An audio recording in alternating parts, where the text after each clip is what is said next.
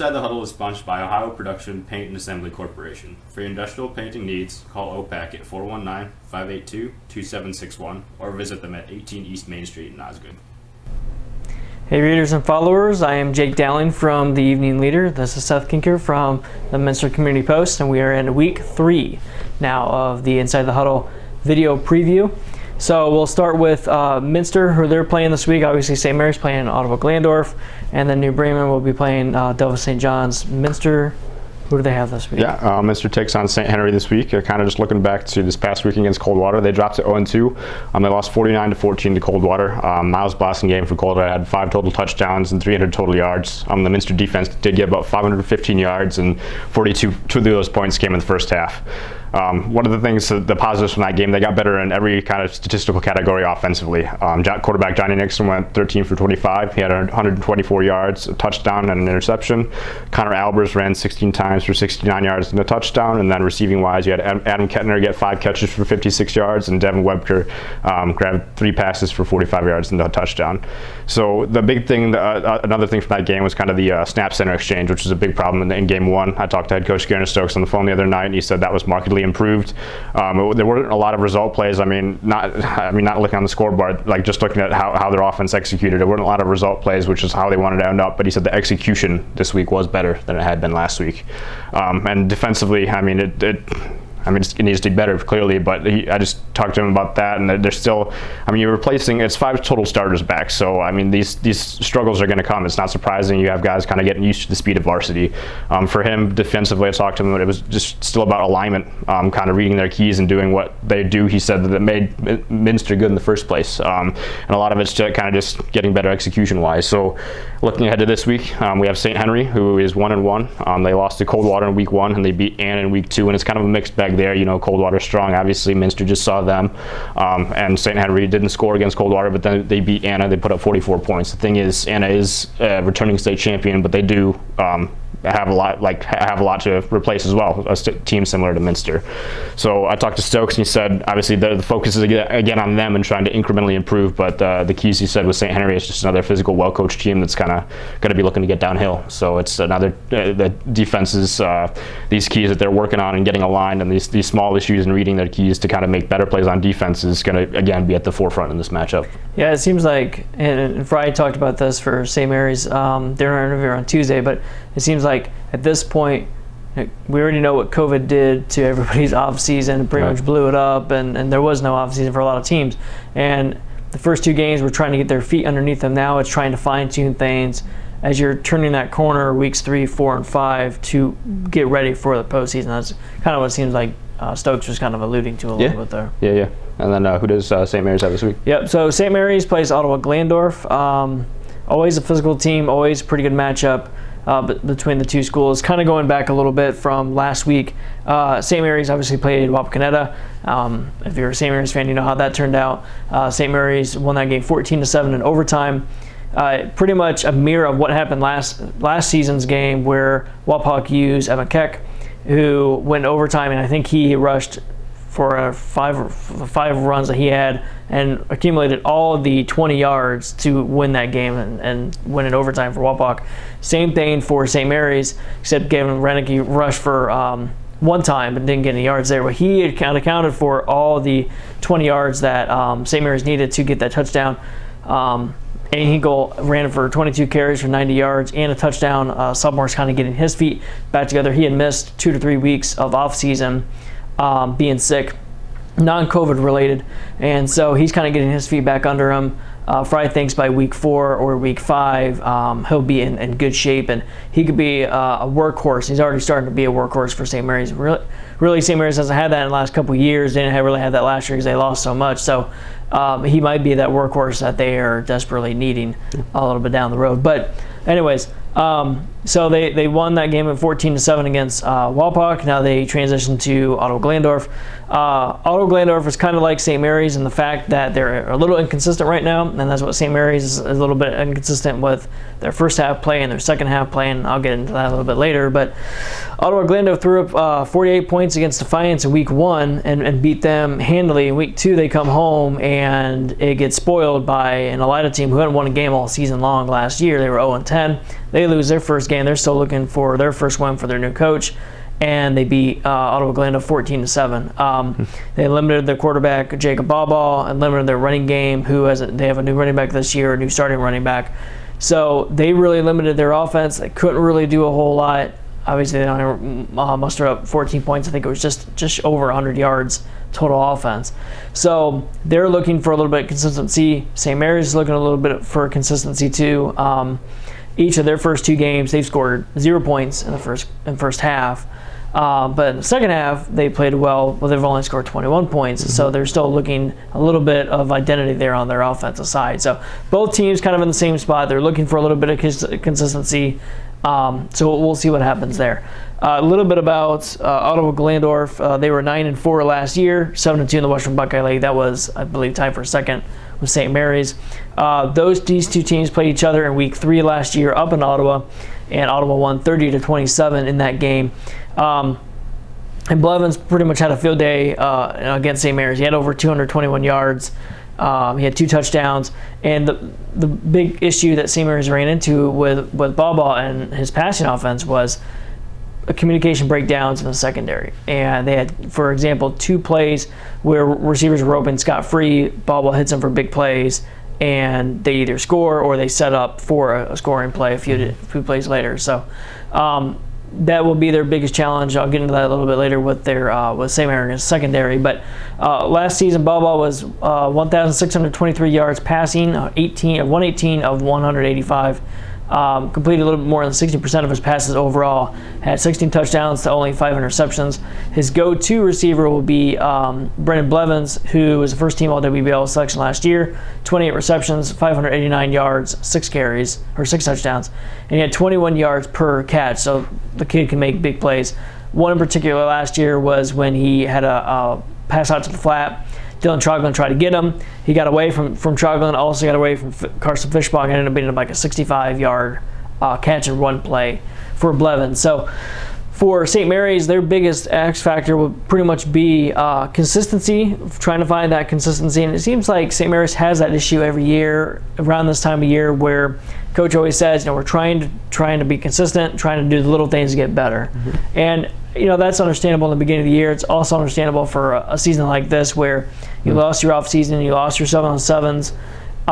Fry alluded to that 7-on-7s play a huge part, especially on the defensive end. Obviously St. Mary's doesn't really pass very much, hardly at all. So using the 7-on-7s helps them defensively because it helps players understand that kind of layout, that kind of defense instead of always playing the run. They understand their coverage a little bit better, where to shade, what to look for. They also know how to kind of account for another team's speed. So they lost all that this season. They have 3 7-on-7s they had scheduled. They lost all of those. And obviously you only played 1 scrimmage this year, so that really hurt them too. So this will be a different beast for St. Mary's to deal with. Bath and Wapak are very run-oriented programs. So playing a pass-oriented team, it's going to be quite a challenge for St. Mary's. On the other side of that as well is communication. That was the one thing that Fry really talked about, was the lack of communication really affected them on the defensive end against OG and Ball's offense last year, and that opened up for those big passing plays. So communication will be big. Consistency, also trying to be consistent on offense. They just haven't been able to really get their feet set.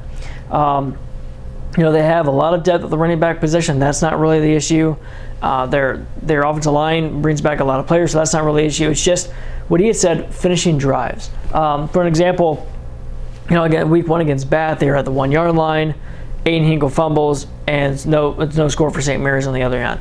A little bit later in that game, right before the end of the first half, they are in position to hit a field goal. Now they tried for a fake field goal. That didn't work, but that was an opportunity where they could have gone a little bit further, but they kind of stalled 2 or 3 plays before the attempt and they came away with enough points there.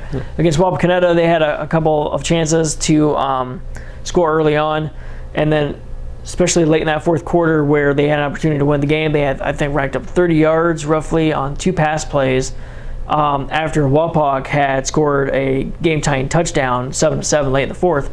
They throw 2 pass plays and they get into almost field goal range. They get into Wapak's territory, but the next 4 or 5 plays, they manage 7 yards. Yeah. And they attempt, I think it was like a 55-yard field goal, and that was just, it was a bad snap, and it didn't go anywhere. But there was just a lack of finish there that Fry is looking for his team to do a better job of trying to finish drives, either get a field goal or get a touchdown of it, and that's one thing they're kind of lacking right now. But it's things that can be fixed, which is a good thing going into week 3. The other thing too is turnovers. St. Mary's prides themselves on turnovers. Last season, I think it was week 3, week 4. Probably I think it was week 4 before they actually, or week 3 before they actually got a turnover on an opponent. But it was until week 6 or 7 where they're actually on the plus side of that turnover margin. So they really pride themselves on turnovers, and it's kind of the same issue this year. They fumbled the ball 6 times in their 2 games and have lost 2 of those fumbles, and those were very costly fumbles because they were in position to score a touchdown or at least score on those drives. So they're looking to change that around to where they secure the ball a little bit better and force more turnovers. I believe they've only forced 2, maybe 3. They had 1 against Bath. I think they might have had 1 or 2 against Wapak. I don't know on the top of my head. But they're looking to force more turnovers because when they do that, they can flip it around and get some points. That's what happened against Bath. Tanner Howe had an interception there early in the third quarter, and then that ended up getting a Gavin Renicky touchdown, their first score of the season in that week 1 matchup. So against Ball, they only had 1 interception last year, but it's a team that they can really get some consistency under and get control of the turnover margin, because week 4, not looking too far ahead, but week 4 they play Van Wert. Van Wert is also undefeated in the league so far this year, 2-0. So that's something that St. Mary's is going to be looking to do. Going back to what we were talking about with, at this point you've already played your 2 games trying to get your feet under you. Now you're trying to do the little things to build up for weeks 3, 4, 5 to go to the playoffs. That's what St. Mary's is looking to do. Yeah. Then kind of the last matchup we're going to be talking about today, New Bremen is traveling on the road to Delphos. New Bremen, we'll kind of talk about their loss on Friday against Marion Local. They're now 1-1. It was a 21-13 game, and I talking to head coach Chris Schmidt after that game. If you saw the article in the community post as well, he said they were disappointed not because they lost, but because it was a game that they felt they competed well enough in to win. They held them Marion Local scoreless in the first half, including 2 or 4 plays at the end of the first half from inside the 4-yard line, 2 runs to prevent Marion Local from getting on the board in the first half. Their touchdown came on a 4th down conversion. Mitchell Hayes rolled out and found Trevor Bergman for a 27-yard touchdown. The defense, they played great. They limited Marion Local early, and kind of Marion Local's had slow starts to their season so far in their first 2 games, and the defense was kind of setting the tone early. Execution on offense, though, Chris Schmidt kind of said it last week previewing the game that they needed to score when they had the opportunities, and Marion Local had multiple fumbles, including a couple muff punts, and they just weren't able to score on some of those. Another thing that Marion Local took away, Marion Local does hang their hat on their defense, and New Bremen hangs their hat on their run game. They have kind of a 3-headed beast there with Mitchell Hayes able to kind of run in passes the quarterback, and then Wyatt Dickey and Zach Berkey. They're held to just 27 yards on the ground. But talking to Coach Chris Schmidt after the game, kind of positives is they looked at the film obviously after that game, and they said they were right there. Just a couple things execution-wise and things that, like you kind of alluded to earlier, that they're fixing to try to get to the next level. The things you saw on film were easily fixable. There weren't any huge steps back, so it's stuff they can build on. And kind of looking ahead to Delphos this week, who's also 1-1. They beat they lost to Parkway, or they beat Parkway, and then lost to Versailles in week 2 most recently.